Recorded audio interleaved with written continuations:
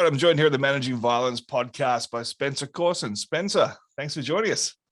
Joe, pleasure. How are you, my friend? Doing very well, doing well. And a shout out to Jack Leskovar. Jack is a listener of the show, recommended Spencer. Thanks for connecting us. And Jack, thanks for recommending Spencer's book, which I bought that day, have devoured, and enjoyed it so much. I thought I needed to get Spencer on the show. So shout out to Jack. That, Joe. Thank you. Yes, thank you, Jack. So Spencer, look, I mean, your background is substantial. You're a combat veteran. You've worked in executive protection, celebrity protection fields, threat assessment, threat management. Do you want to give listeners just a bit of a snapshot of who you are and your journey so far? Sure. My name is Spencer Coursen. I am a threat management professional. I am the founder of COURSEN Security Group. We specialize in threat management, protective intelligence, and vulnerability reduction. Like you said, after Kai doubled it, I had a double major in psychology and sociology at university.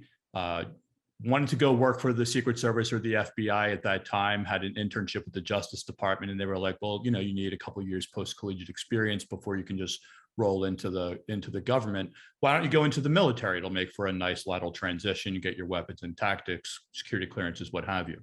It's 1999. There's absolutely nothing going on in the world. And I was like, yeah, great. Why not? So like 3 weeks later, I was at Fort Bragg. But because I had enlisted with a college degree, I got kind of fast tracked. So I got to go immediately to airborne school and Ranger selection. And then, you know, as soon as like all that fun training was done, we were on September 11th coming back from a morning workout just as the second plane was hitting the towers, and that was of course a big game changer. Not sure when this comes out in October, but September 11th is just around the corner here. While I was serving in the military, got recruited to work for the government, was doing a lot of diplomatic security work.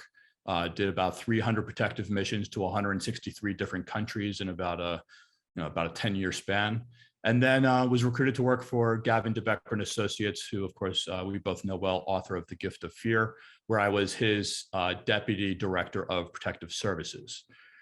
2012 rolls around. I guess it was actually 2011. I was pulled over to go work on a movie called Zero Dark 30 we were filming in Jordan and in Chandigarh, India. And of course, Chandigarh was right on the Syrian border as, Syria was running out of coffins. So I was, leveraging my embassy contacts to sort of keep the cast and crew safe.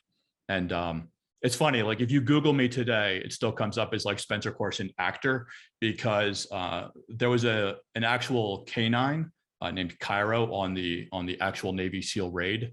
And so they had an actor and a German Shepherd dog that were going to portray that part of the movie, but the dog didn't have the right shot, so got turned around by Jordanian Customs. So Catherine Bigelow one day in the chow hall was like, hey, Spencer, you were in the Army, right? I was like, yes, ma'am. She's like, how are you with dogs? I was like, great. She's like, you're my canine SEAL.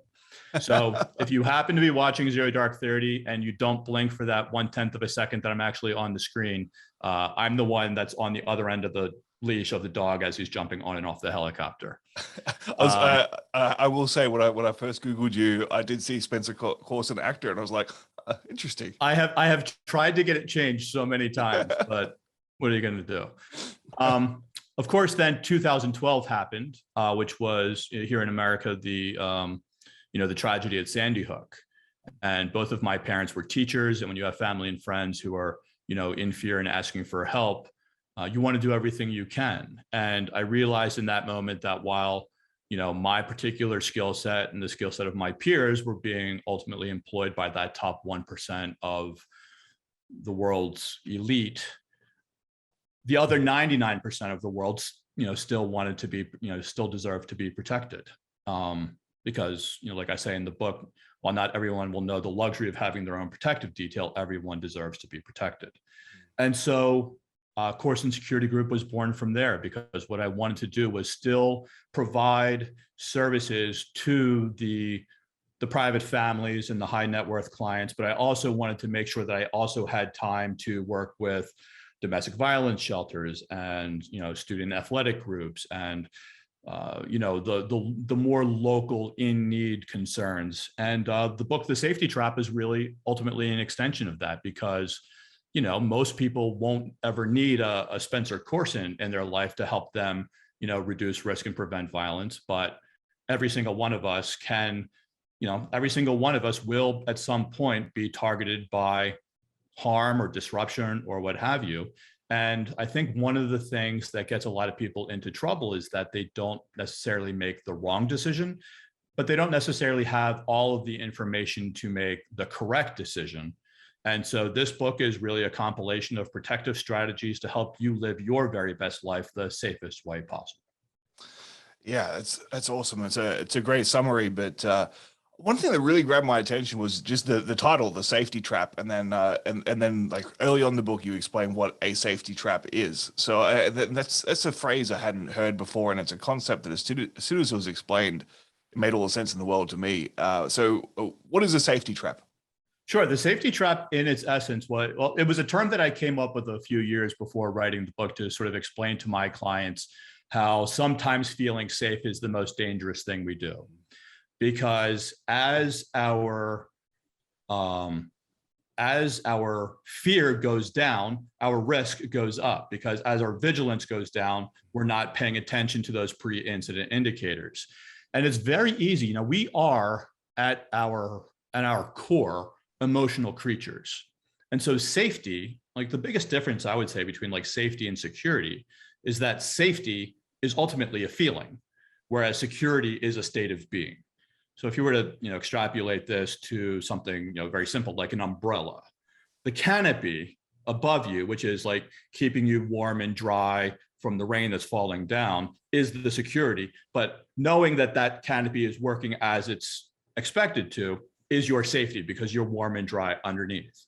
Now, while that umbrella may work very well in a light drizzle or a light rain, if you were to then take that umbrella out into a hurricane and expect it to work as effectively, you'd be like, hey, what's wrong? And now you're anxious and anxiety because you had this false expectation that something that performed in one context would, not perform, or would perform the same way in another. And then of course we get disheartened when it does not. But like, that concept is something that parents know very well. Like a child, like embraced by a mother's hug, feels safe, but a mother's love alone is not enough to keep that child protected from the evils of the world. Conversely, if that child is secure, tucked in their bed at night, that child may not feel safe if they believe that there is a monster hiding in the closet. So ultimately, for us to be protected, safety and security need to be in concert with one another. Very well said. I see so many parallels to this. I mean, my profession is workplace violence consulting, and working a lot around violence prevention, and the number of clients that are well-meaning, but they think they've got their workplace violence sorted because they employed a security guard at minimum wage, or they put in cameras, or they put in panic buttons or duress buttons or something, and like, okay, no, we've sorted that problem now. It's like, really? Like, do you understand how these are actually going to work? Like, I mean, right. Well, and that's an interesting connotation, because sometimes when we're walking into like a grocery store, a department store, and we see the signs, hey, this place is protected, under 24-hour surveillance, and then you look up and you see all the cameras, and then as you're walking inside and you see the anti-theft devices, and then you see the guard, and then you look up and you see all the domes, and you're like, oh wow, this place takes their security really seriously. It's very easy for you then in that moment to kind of lower your vigilance, but that means your risk is going up, because the reality is that all of those safety features that you're noticing, they're not there for you. They're there to protect the products. Much like how, like, if you put like a Ring camera on your front door, it's not there to protect the mailman. It's there to protect your house. And so, sort of explaining and getting people to understand, oh yeah, that makes sense, that whoever is employing or deploying those security assets, it's there to protect the person who implemented them. It's like, just because, like, if you saw, Taylor Swift walking down the street with a bodyguard, just because there's security present doesn't mean that security is there for you. Absolutely. That overlay of the different security priorities and the protocols, and even then we have to assume that there's human failings at all levels of those security controls, and they're not always going to work the way that even we expect them to, let alone because there's false I mean, expectation. and you know this when you do audits, but I do a lot of security audits for corporations and organizations and what have you, and there's always a very wide divide between policy and practice, between what it's supposed to be and what it actually is. Like when we'll be doing audits at schools, for example, and as the students come in, it's very regimented. But let's say like Johnny forgets his lunch, right? It's supposed to be, well, the mom calls the school, says Johnny forgot his lunch. The mom's supposed to drive, then call, then check in, then press the buzzer, then the person's supposed to like check them in at the front. Like there's like 10 steps. And what actually happens, it goes from buzzer pressed, access granted, right? Because the person who's responsible for doing all of that vetting, this is the 15th time Johnny's forgot his lunch, and they're inundated with a million other priority taskings. And then it just becomes buzzer pressed, access granted. And they don't even think to look up to notice that there's someone like some bad guy piggybacking in, behind that mom, because in their research and planning, they knew that Johnny was eventually going to forget his lunch again. And that was the vulnerability that they were going to exploit to, conduct that attack. Absolutely. Like probably 90% of security breaches that we ever investigate are not a breach in the system. They're a breach in the human execution of the system. Yes. That's just we're always going to be the weak point, and that's like across the board, like on the physical security space, on the cyber security space. Like it's not that, I talk about alert fatigue in the book, because, it's not that the alert didn't occur, and it's not that they didn't hear it. It was just, as commonplace as like hearing a car alarm. Like when was the last time you actually took the time to investigate that sound? Absolutely. One of the topics that you lead off with in the book is this topic of avoidance, or just ignoring a problem and hoping it will go away. And you have a great example of that from a TV actress that you were looking after. I find this is something that applies across the spectrum, whether we're talking about public life or we're talking about private life, we're talking about people in a relationship that has all the red flags, or they've got someone in their life that seems to be a bit unhinged. There's so many things that we can turn a blind eye to with this sort of this optimism bias that it's going to end up playing out okay because bad things don't happen to me and I'm probably just being paranoid. Right. Can you explain this concept and maybe quick give a rundown of that story. Sure. So I'll give you the rundown first, and then I'll explain what happens. So what basically happens is, and we see this all the time, where you'll have a public figure or a CEO or a teacher or whoever starts getting some kind of like inappropriate communication, whether it's a text message or an email or a phone call, and they just don't want to deal with it. So out of sight, out of mind, don't want to deal with it. But then, of course, what happens is if you don't resolve, today's concerns are tomorrow's crisis. So like if you don't want to deal with today's problem, it's like present pain or future torment. Which one do you want?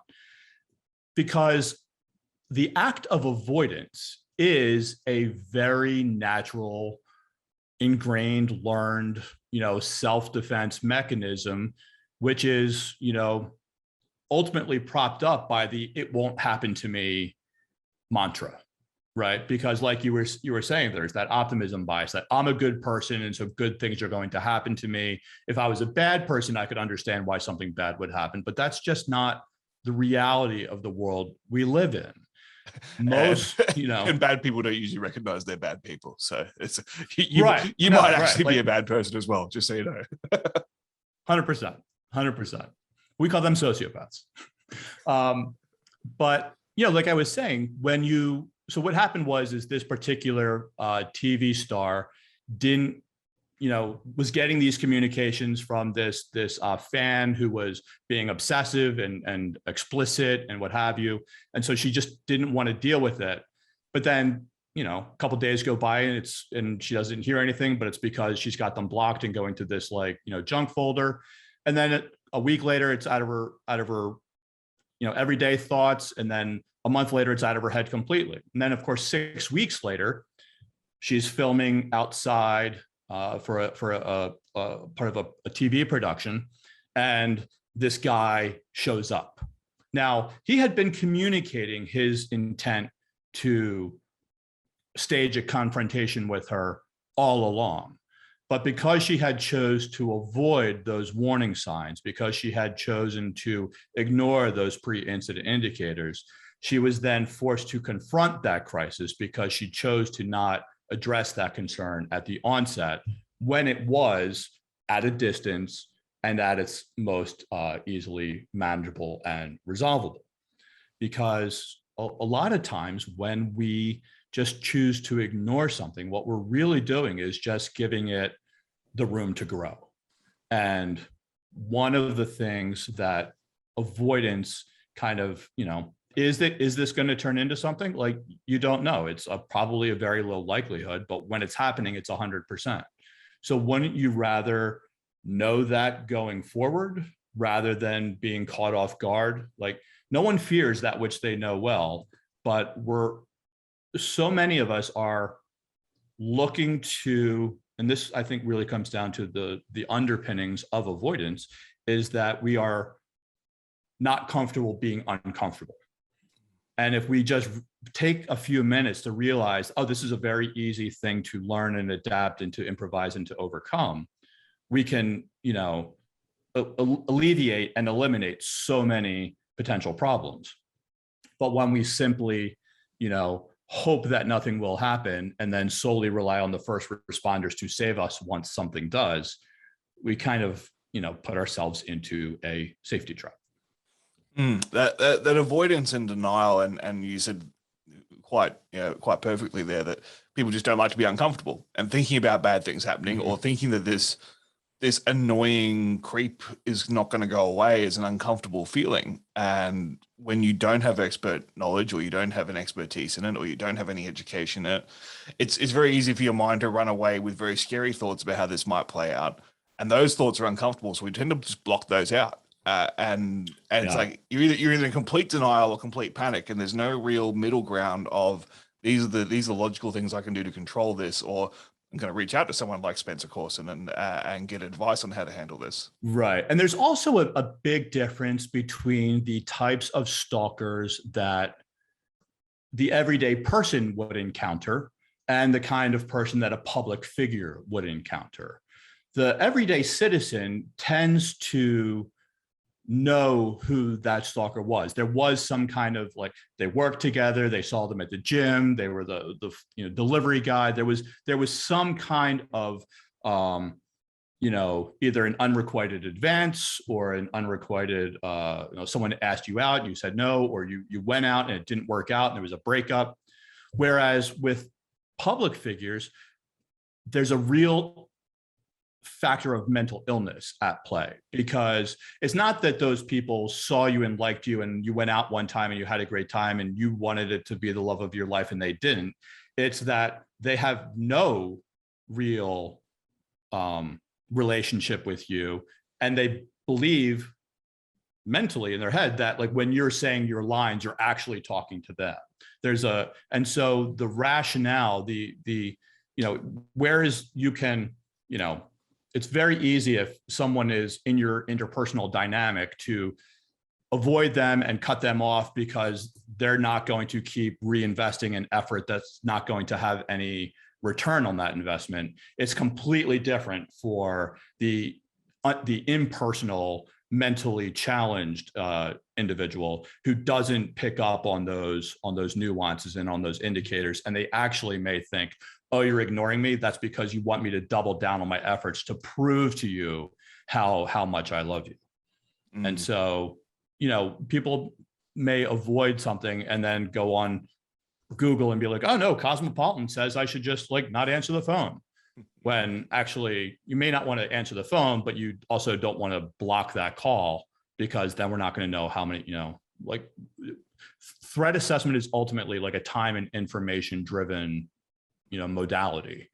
And so the more information we have over time and space, the more likely we can, manage that unfavorable circumstance towards its most favorable resolution.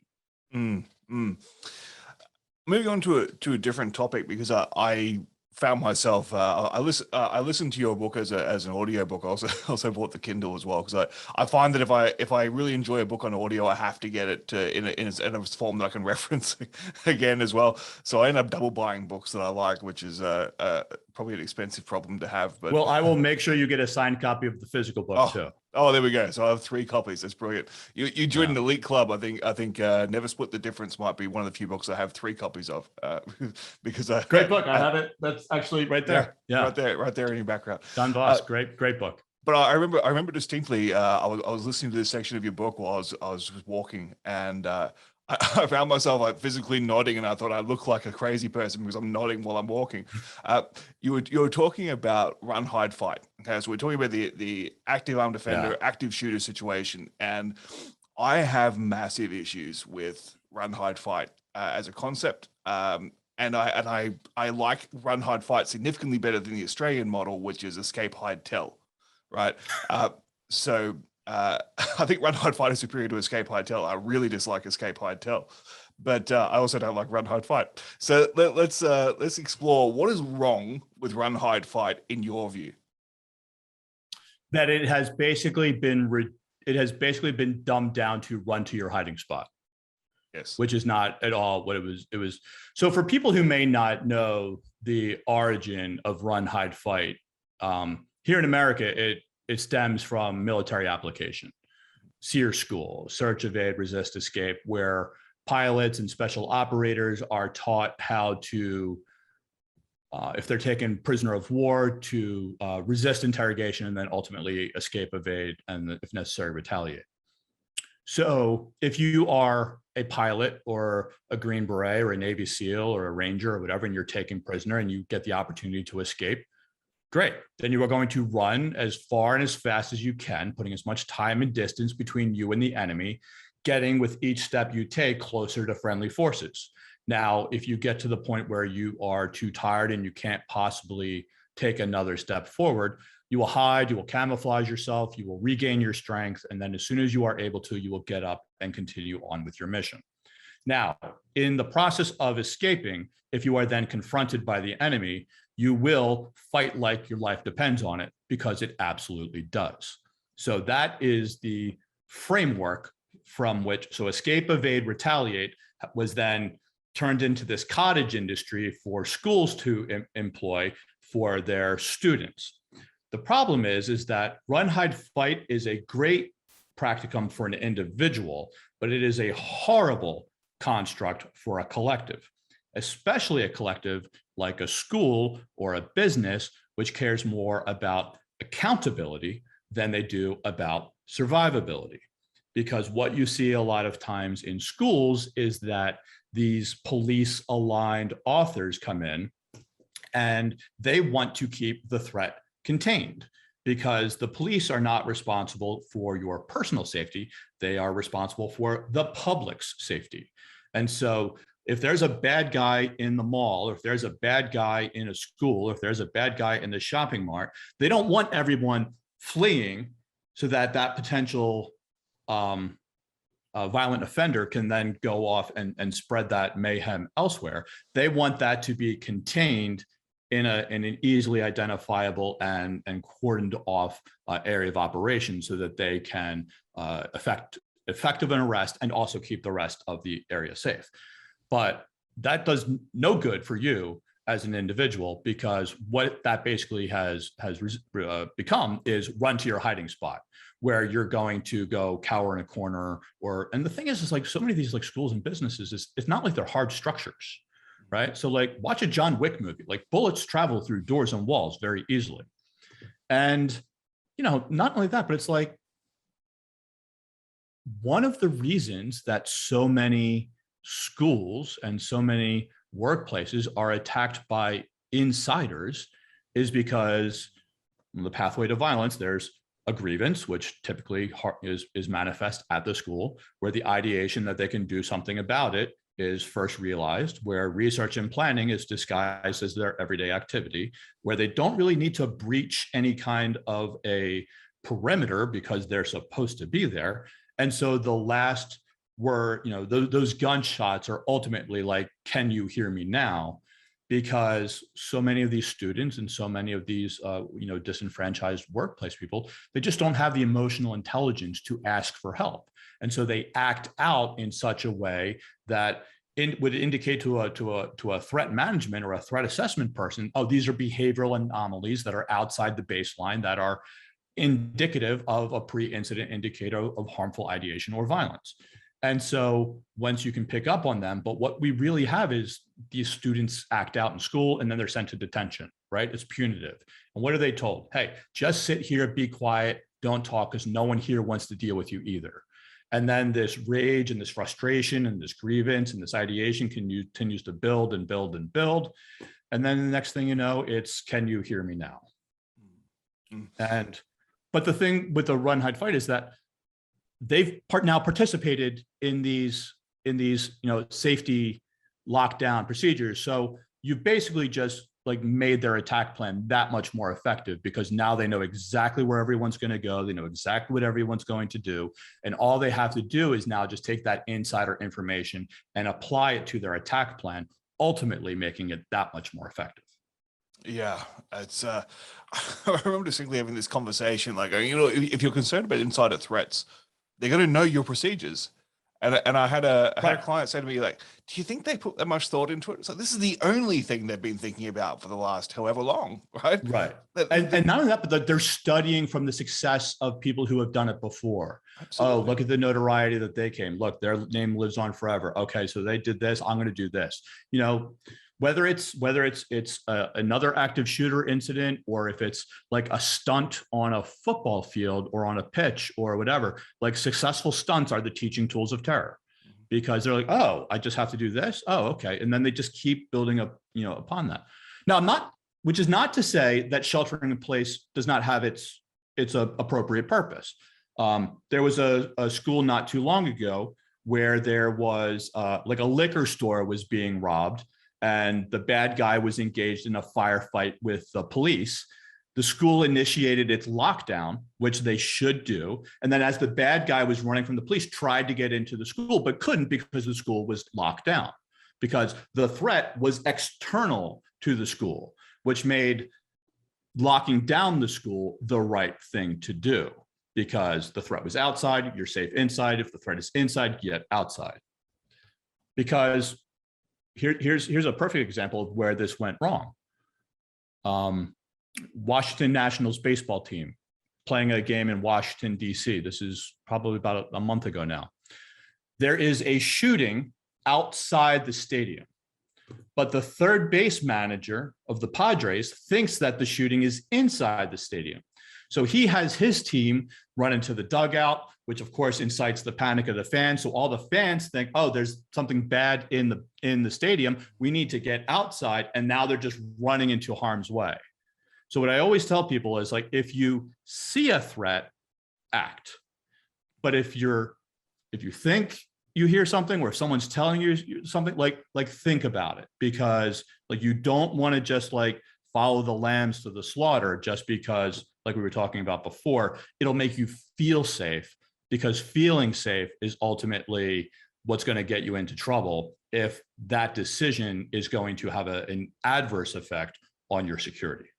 And I remember after reading this section where you're talking about the perils of hiding when you had the opportunity to escape. I mean, the ideal is to be as far away from the bad thing as possible, right? However you do that. Put as much time and distance between you and the threat as possible. Because first off, it's very easy to get away from someone who's not chasing you.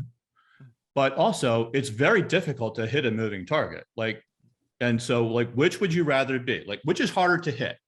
Like the ball on top of the tee, or the ball that's coming across the plate at like 95 miles an hour? Like, so do you want to be the child who's running away to an established safe haven, putting time and distance with each step you take? Or do you want to be the child who's like crying and cowering in the corner? I know which one I would want to be. And I know which one I would want my child to be. Absolutely. Just after I read that section, I was watching a documentary on the Pulse nightclub shootings in Orlando. And just sort of hearing victim reports about how so many, I mean, like, I think a third of the casualties hid in the bathroom as opposed to exiting. They hid because they felt safe and secure in a bathroom, whereas anyone who's ever fired a firearm will know that a cubicle wall is not going to help you. No. Let alone one that has a gap at the top and the bottom, right? So I mean, like, well, right, and that's the thing. Like, hiding is not like hiding is something we've been socialized to do. Like, hiding is not innate.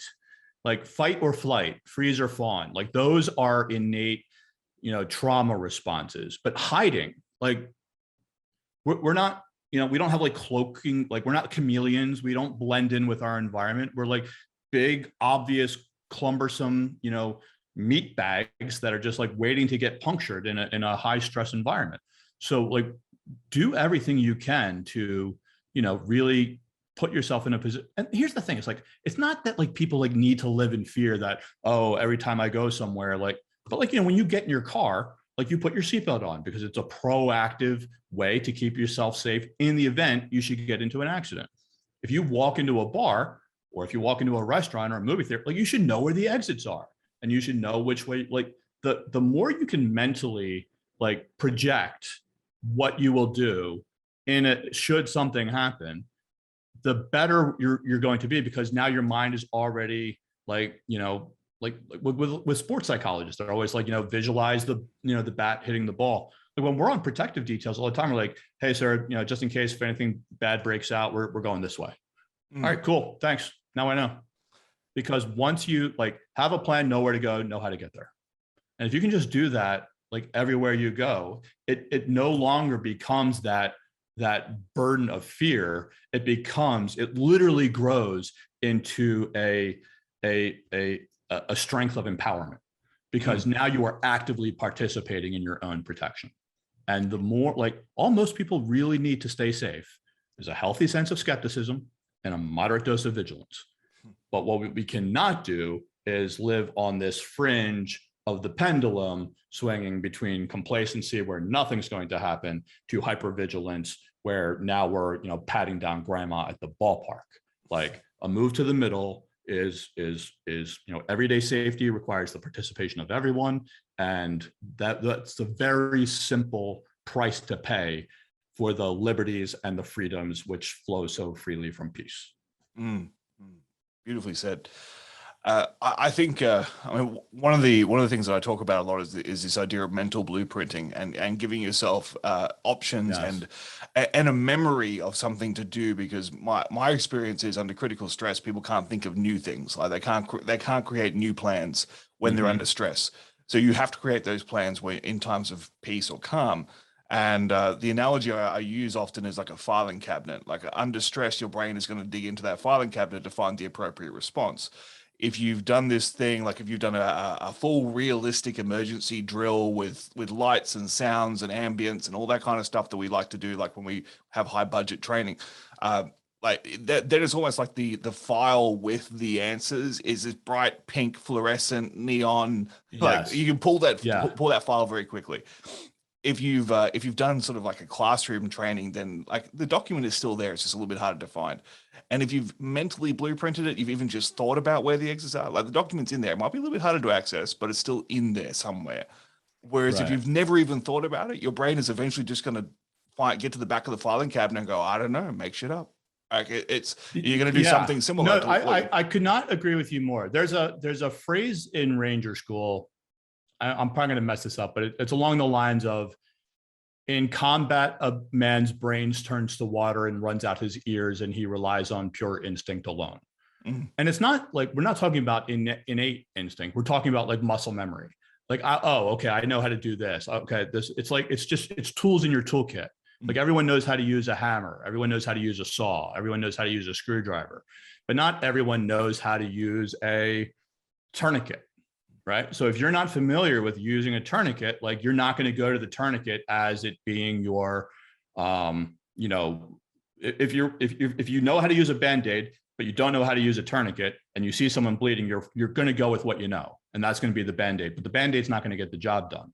But if you had just like watched a YouTube video and like did it on yourself and kind of like went through, you're like, oh yeah, like a tourniquet, I know how to use that, because no one fears that which they know well. But you're completely right. You will only ever go for the tools that you already are comfortable using and have used before.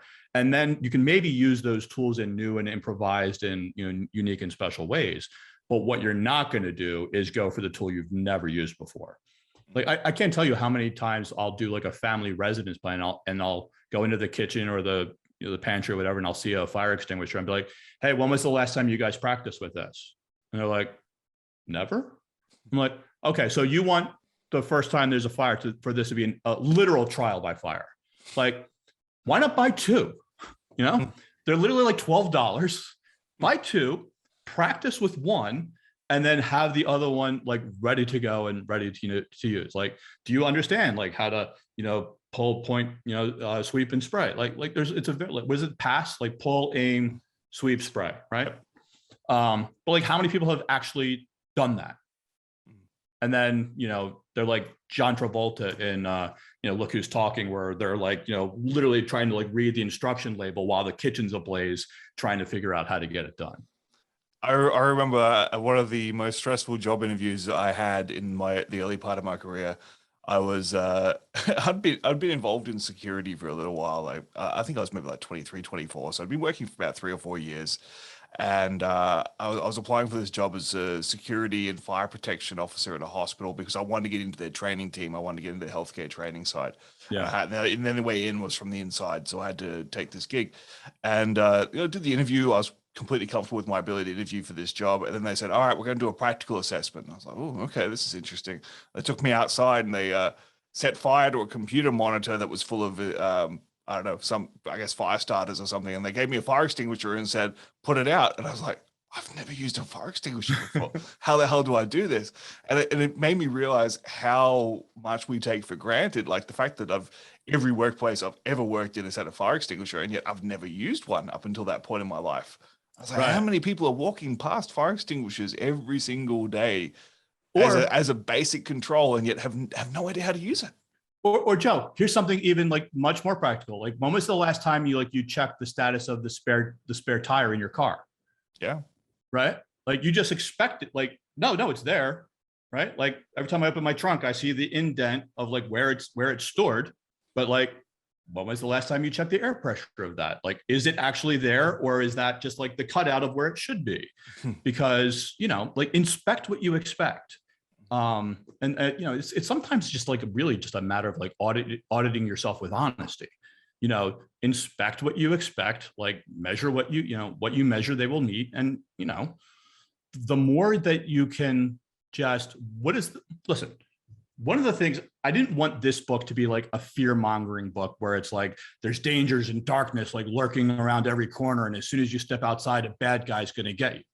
No, it's not. This is protective strategies for living your very best life the safest way possible. But what that means is, what is the most realistic thing that's going to happen? What is the most likely bad thing that will occur?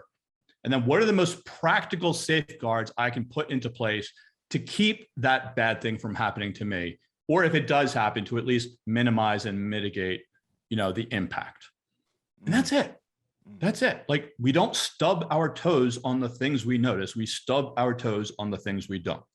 But it's not like that kid's toy in the kitchen was like hiding in the shadows and then like jumped out, right before like you put your foot down. It was always there.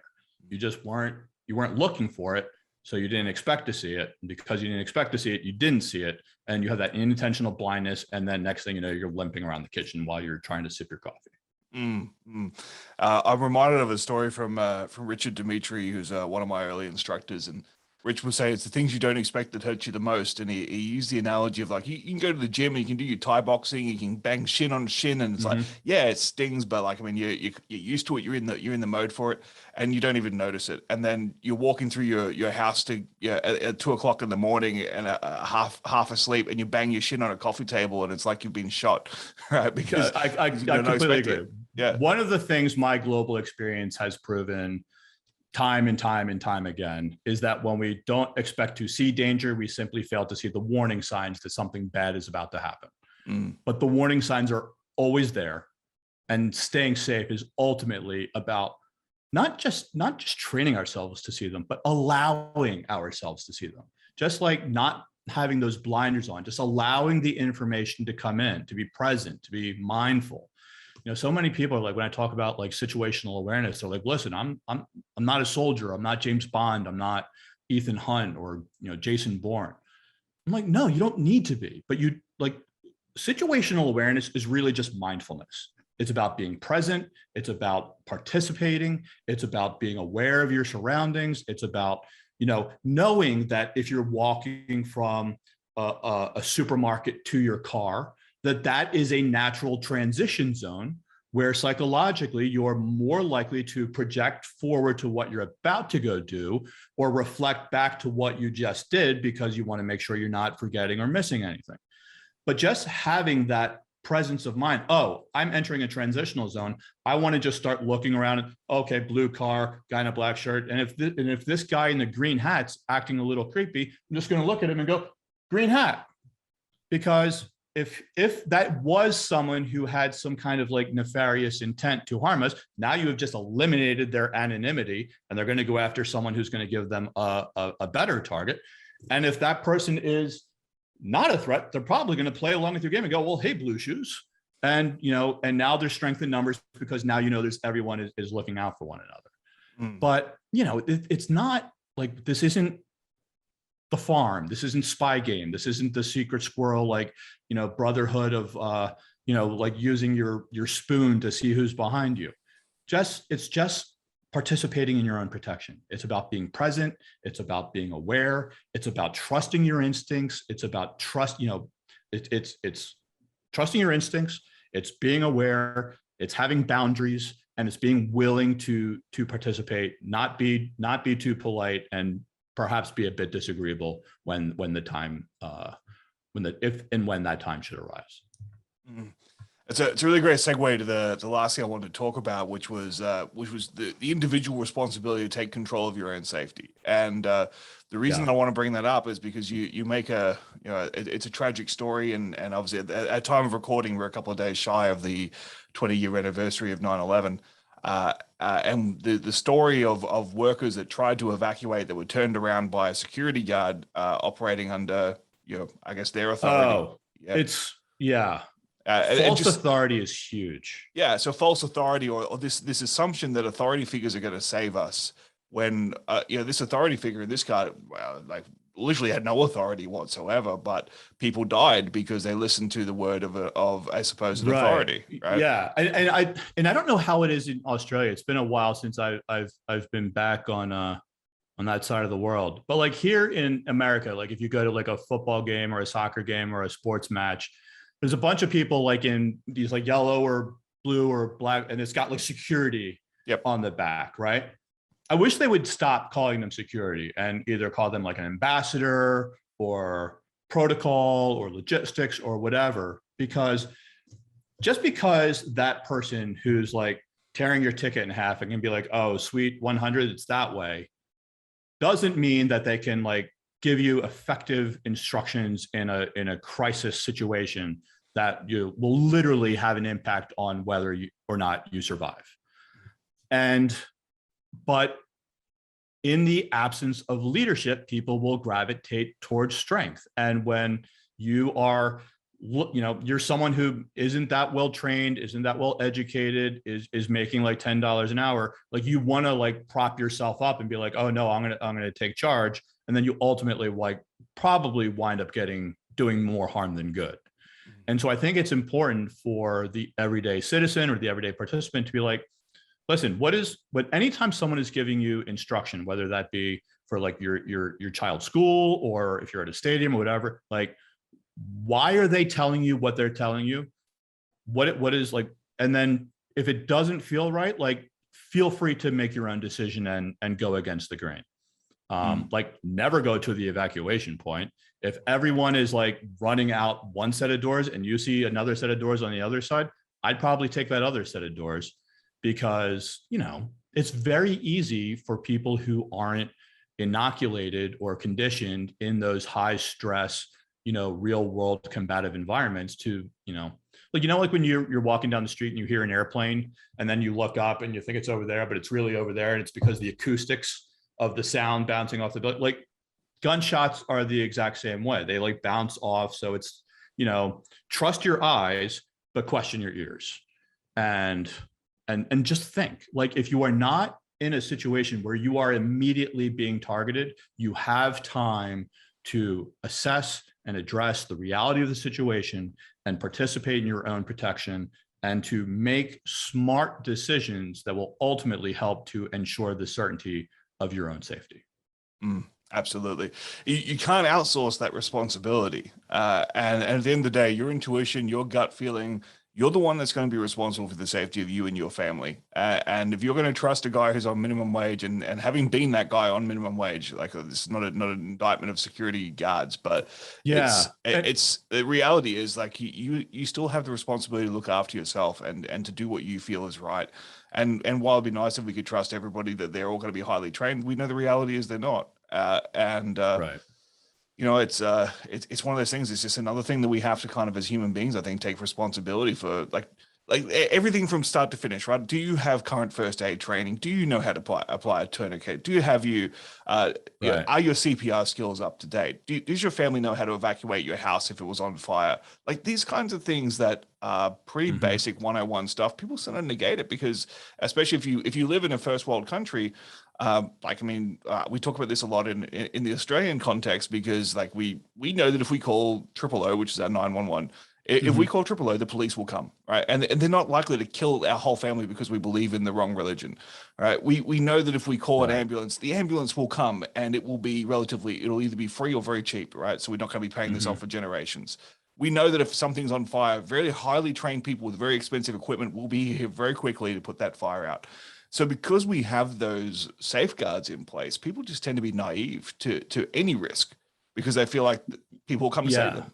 Well, and I talk about this in the book, like the safety trap of effective response, where, and this is really, like, here in America, like, one of the problems that is confronting, like, schools and businesses is that they've gotten so good at responding to the threat once it has revealed itself that they're putting zero effort into preventing that threat from arising in the first place.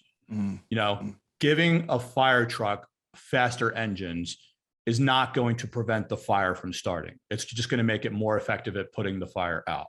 Not building the building in kinder wood and uncovered wiring is what's going to, like, using steel and, insulated wiring. And, like, there's a reason for, these things to take place. But just because you're really good at solving a problem, great. But let's prevent that problem first. Like, that's really where the investment of time, effort, and energy should be spent. Absolutely. There's so much we could talk about. I highly recommend you pick up the book, The Safety Trap, Spencer Coursen. Spencer, if people want to know more about COURSEN Security Group, or they want to book you to speak, or any of your other services, where do they go to reach out to you? Absolutely. So the business, COURSEN Security Group, is COURSENSecurityGroup.com. It's COURSENSecurityGroup.com. And on there are links to, I am represented by Macmillan Speakers Bureau, who Macmillan is the parent company of St. Martin's Press, who is the publisher of the book. So I'm on their Speakers Bureau, so I'm available for corporate and public speaking events. And of course, The Safety Trap has its own website, thesafetytrap.com, which is also where I have my own podcast called COURSEN's Corner, protective strategies to help you succeed in staying safe. And what I do with that podcast is pretty much like how the book is framed. Here's what happened. Here's how it was allowed to happen. Here's how you can keep it from happening to you. I'm on Instagram at s.coursen. I'm on Twitter at Spencer Coursen. And if you Google me, I'm Spencer Coursen, the actor. So we're going to get that changed. But Joe, thank you so much for having me. This was a true pleasure. My absolute pleasure, and I hope we can do it again in the future. Spencer, you're going to stick around and do some bonus content for our Patreon contributors, but for those that will leave us here, thank you very much. Cheers.